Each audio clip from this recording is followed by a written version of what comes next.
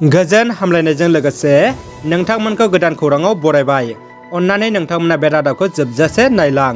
लोगोसे भिडिअखौ like, comment, share आरो चेनेलाव गोदानै फैदोंब्ला साबस्क्राइब खालामनो गुरै खावलायबाय। दानिया फैदो लोगोफोर रादाबखौ मिथिलांनि। गिबि खौराङाव दङ BTC सोरखारनि हेफाजाबाव BTRनि गासै बियाबावनो सुबुं अनसाय बिथांखि गियान सोरां आसनिजों फरायसाफोरनो राङारि अनसुंथाइ होनाय हाबाफारिया दासान्दि सोलिगासिनो। दिनै BTR नियम राकेश ब्रह्मआ मुसलपुराव फरायसाफोरनो साफायाव 5,000 रां अनसुंथाइ गथायदों। मख'नो गोनांदि BTRनि BPL थाखोनि फरायसाफोरखौ सोलोंथाइ बिथिङाव थुलुंगा होनो आरो रांखान्थियारि बिथिङाव हेफाजाब जानाय बायदि बे अनसुंथाइखौ BTC सोरखारनिफ्राय होनाय जादों होनना मिथिनो मोन्दों। रांखान्थियारि आंखालआ श्रीलंका हादरखौ खैफोदाव खोख्लैदों। सरकार सालायनो श्रीलंकानाव रां गैलिया। रांखान्थियारि अलखदाव गोग्लैना दाहारजों बुसोमजाना श्रीलंका हादर आरो नोगोरारिफोरनि गेजेराव हालाय हाबाय जादों। राहा गैयै जाना सरकारा 36 घन्टा कार्फ्यु फोसावनो बायद' जादों। मख'नो गोनांदि थांनाय 2 बोसोराव कभिडनि थाखाय श्रीलंकायाव रावबो दावबायहैयाखै। बे हादरनि गुबै इनकामआ टुरिस्टनि सायाव सोनारो आरो हादरा हरखाबै रासायनिक आबादखौ नेवसिना जिबारि खालामनायनि थाखाय रांखान्थियारि बिथिङाव जोबोद गाज्रि जाना दिनै थांनाय थैनाय आरो आंखालजों मोगा-मोगि जानांदों। गोदानै दाजानाय फरायसा आफाद बड' नेशनेल स्टुडेन्ट इउनियन BONSUआ दिनै क'क्राझार कमार्स कलेजनि अडिट'रियाम हलाव मोनसे गोनांथार सावरायमेल जथुमदों। थागिबि हारिफोरनि थारमोनथाय, लिगेल राइट्स, संबिजिरनि रैखा कवचखौ लाना बे सावरायनायाव आलासि बुंथिगिरि महरै बाहागो लायो उकिल Raju Deori, Bhageshwar Shyam, senior tribal leader आरो रिटायार्ड IRS जनकलाल बसुमतारी बिथांमोना बाहागो लायो। मख'नो गोनांदि बे मेलखौ दैदेननो BONSUनि मिरु आफादगिरि बनजित मन्जिल बसुमतारीया। चिरां जिल्ला महरगिरि आफादनि खौरांगिरि मेल।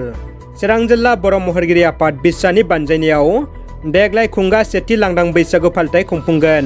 चिरां जिल्लानि बेन्दोङाव थानाय गुरुबासा जोहोलाव सोमला गेलेग्रा फोथाराव फैगौ 10 एप्रिल 2022 अक्ट' खालारखालि लांदां बैसागो खुंफुंगोन। लांदां बैसागो फालिनायाव रां बान्था बादायलायनाय मोसानाय जागोन होनना फोसावदों। दानिया फैदो गुबुन मोनसे खौराङाव। चीन हादराव कभिडनि गिथावना गाग्लोबफिननाया थांनाय 2 बोसोरनि रेकर्डखौ सिफायदों। कभिडआ चीननिफ्राय 50 लाख सुबुंफोरनाव सन्देरनाय खौरां गोसारदों।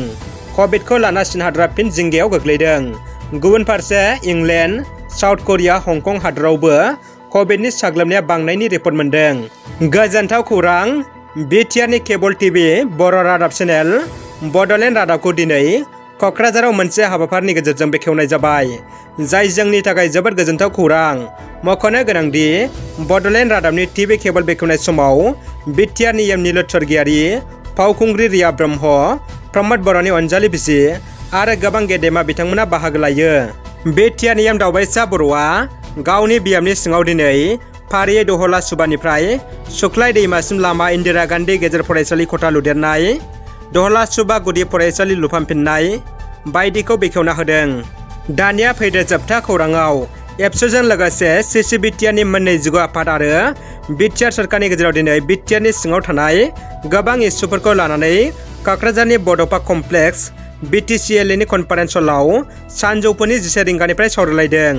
मख'जायोदि दिनैनि बे सावरायलायनायखौ BTRनि गाहाय मावफुं सोद्रोमा मानगोनां मुर्शि प्रमद बर'आ गावनो मासि लानानै दैदेनदोंमोन। बे सावरायनायाव मिरु एबसुनिफ्रायबो बाहागो लायो। रादाबा एसेनोसै लोगोफोर। रादाबखौ जोबजासे नायनायनि थाखाय गासिनिसिमबो साबायखर आरो गोजोन हामलायनाय थाबाय। जै बर' हारिनि गोजोन्थों।